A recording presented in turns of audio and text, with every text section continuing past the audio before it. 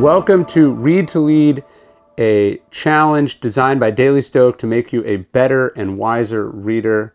It's awesome to have you. We're going to go through all sorts of strategies on how to make you a better reader, a lifelong reader, a reader who gets more out of the books that you read.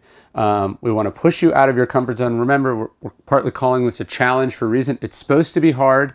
It's supposed to take the thing you're already doing. You wouldn't be doing this challenge if you didn't already love books, but to push you in different ways outside your comfort zone and ultimately teach you some strategies or tools that maybe you weren't familiar with, that you don't have as part of your practice.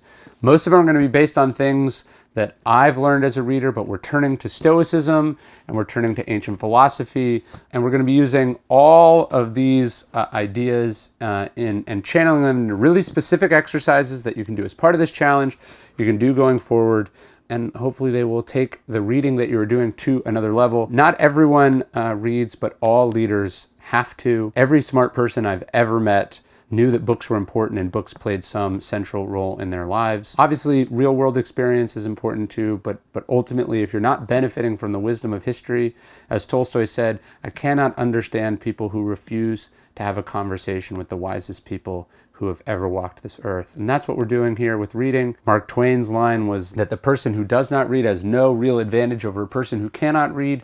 So we are going to give you some real strategies to get better at this thing that we know you're already doing, but we can always improve. And you can't learn that which you think you already know, as Epictetus said. So sit back, take these challenges seriously, listen, push yourself, and then rinse and repeat afterwards. So welcome, stay tuned, and we will talk tomorrow.